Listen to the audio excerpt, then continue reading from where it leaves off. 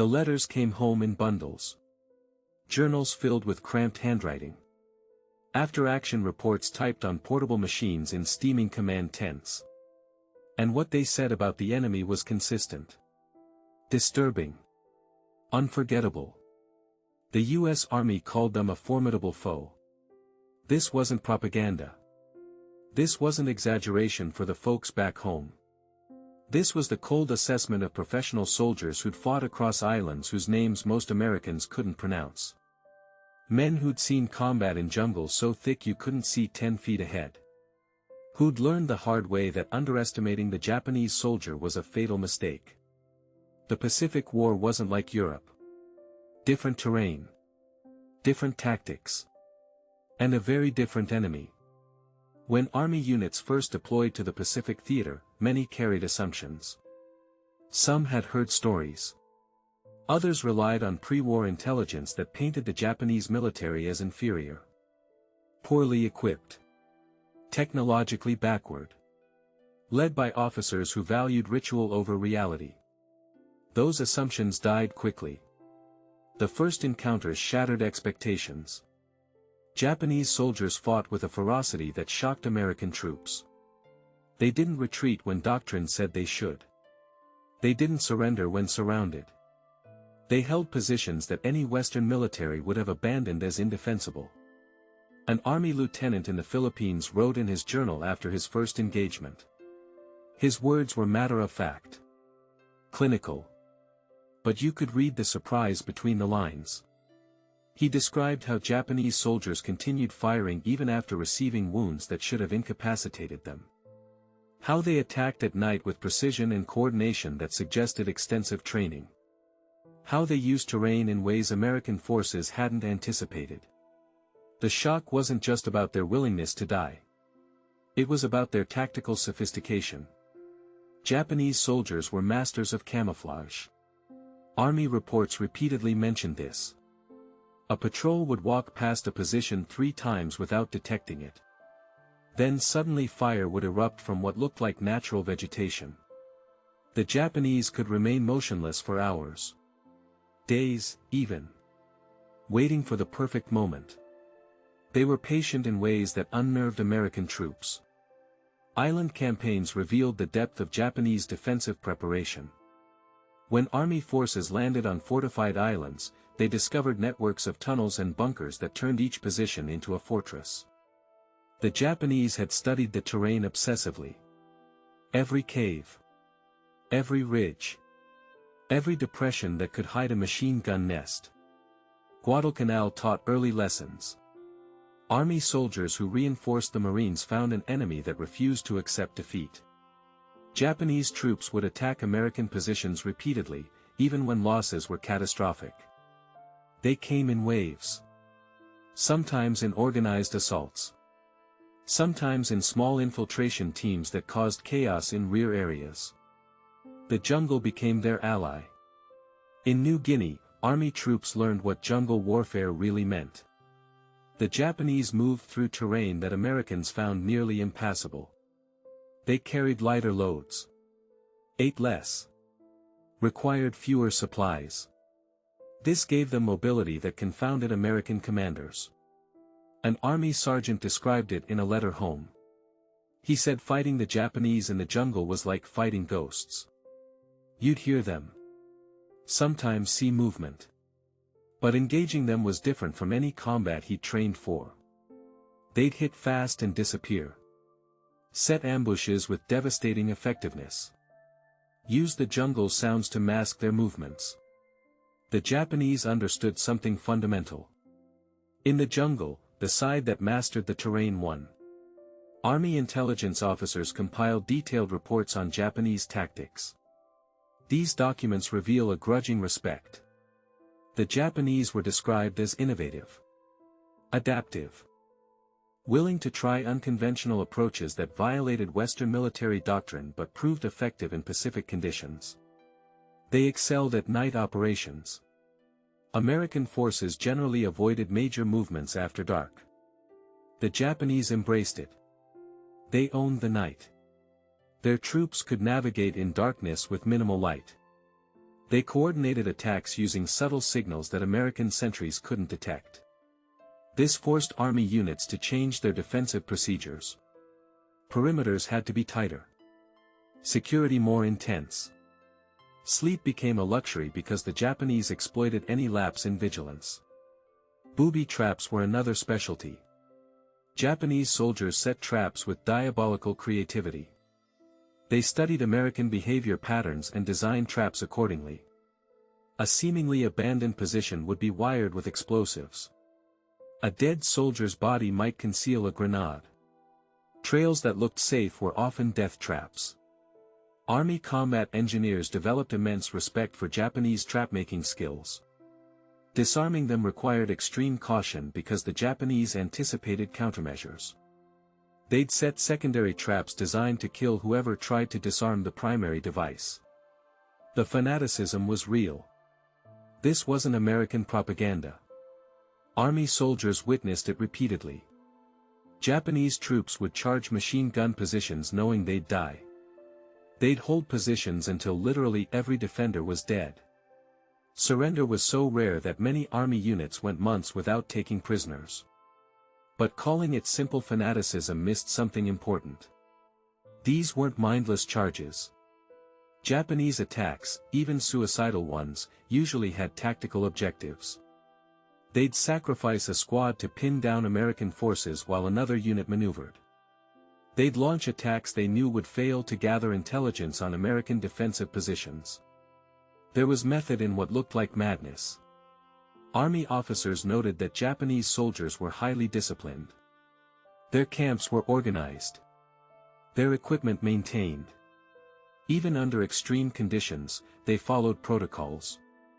This discipline extended to combat. Japanese units could execute complex maneuvers under fire. They could reorganize quickly after taking casualties. One army captain wrote that fighting the Japanese was like fighting a professional military, not the inferior force he'd been led to expect. They made mistakes, certainly. But they also demonstrated tactical sophistication that demanded respect. The Army's perspective differed slightly from the Marines. Marines fought more island campaigns. Their encounters with Japanese forces often involved frontal assaults on fortified positions.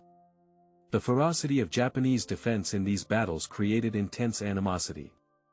Army units, fighting more varied campaigns, sometimes had different experiences.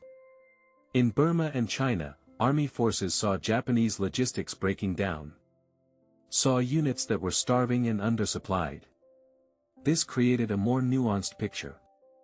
The Japanese soldier was formidable, yes. But he was also human. Subject to the same limitations as any soldier when supply lines collapsed. Still, even weakened Japanese units remained dangerous. Army reports from Burma described how Japanese soldiers, near starvation, still mounted effective ambushes. Still fought with determination. The degradation of their material conditions didn't break their will. This determination had a dark side. Army medics and intelligence officers documented atrocities.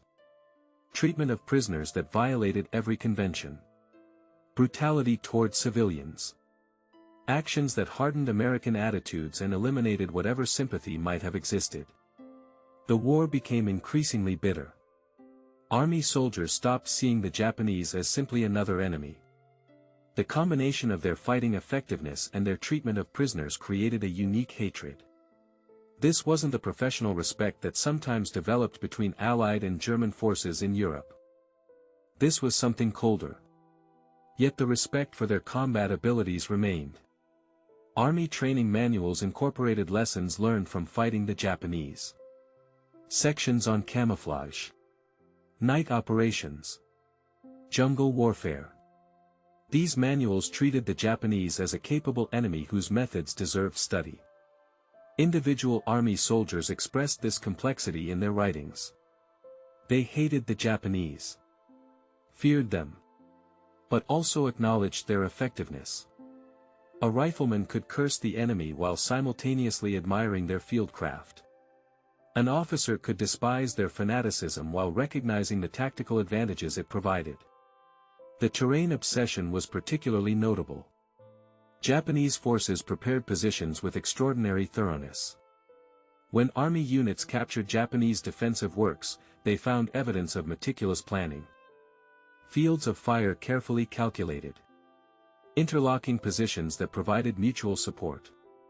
Tunnels connecting bunkers so defenders could shift position without exposure. On islands like Peleliu and Iwo Jima, this preparation created nightmares for attacking forces. The Japanese had studied every rock formation, every coral ridge. They'd positioned weapons to maximize American casualties. Army troops advancing on these positions paid in blood for every yard. The Japanese soldiers' individual equipment was often inferior to American gear. Their rifles were adequate but not exceptional. Their machine guns reliable but heavy. Their artillery limited. Yet they compensated through superior use of terrain and tactical creativity. Army reports noted this paradox. The Japanese won firefights they should have lost because they chose better positions. They held against superior numbers because they prepared their defenses perfectly. Material superiority didn't guarantee American victory. As the war progressed, the quality of Japanese forces declined. Experienced troops died. Replacements were less trained. Supply problems worsened. Army units in 1945 faced a different enemy than in 1942. But even these degraded forces remained dangerous. Their determination never wavered. The final campaigns in the Philippines and Okinawa showed Japanese forces at their most desperate and most dangerous. They knew they were losing. New reinforcement was impossible. Yet they fought with undiminished intensity. Army casualties in these campaigns were horrific. Okinawa particularly scarred army units. The Japanese defense was sophisticated and savage. They used every lesson learned from earlier battles. Created defensive networks that required weeks to reduce. Inflicted casualties that shocked commanders who thought they'd seen everything. Army soldiers who fought there wrote about the experience with a kind of exhausted respect. The Japanese had fought brilliantly. Extracted maximum cost for every position. Even in defeat, they demonstrated why they were considered formidable. The final verdict, found in countless army documents, was consistent.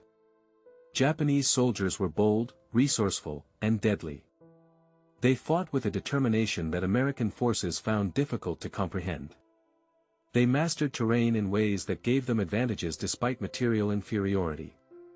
They were innovative tacticians who adapted quickly to changing conditions. But they were also brutal. Their treatment of prisoners and civilians created hatred that overshadowed military respect. The war in the Pacific became a conflict without mercy, where surrender was rare and quarter seldom given. Army soldiers came home with complex feelings about their enemy. They'd fought the Japanese for years. Seen them at their best and worst. Witnessed both their tactical brilliance and their atrocities. The result was a mixture of respect, fear, and hatred that defined the Pacific War's character. The letters and reports they left behind tell this story. Not the sanitized version for public consumption, but the real assessment. Professional soldiers evaluating a professional enemy. Acknowledging capability while never forgetting the cost of fighting them. The U.S. Army thought the Japanese soldier was a formidable foe. That judgment was earned in blood across 1,000 islands and jungles. It was the assessment of men who'd fought them and survived. And it remained the final word on one of history's most brutal conflicts.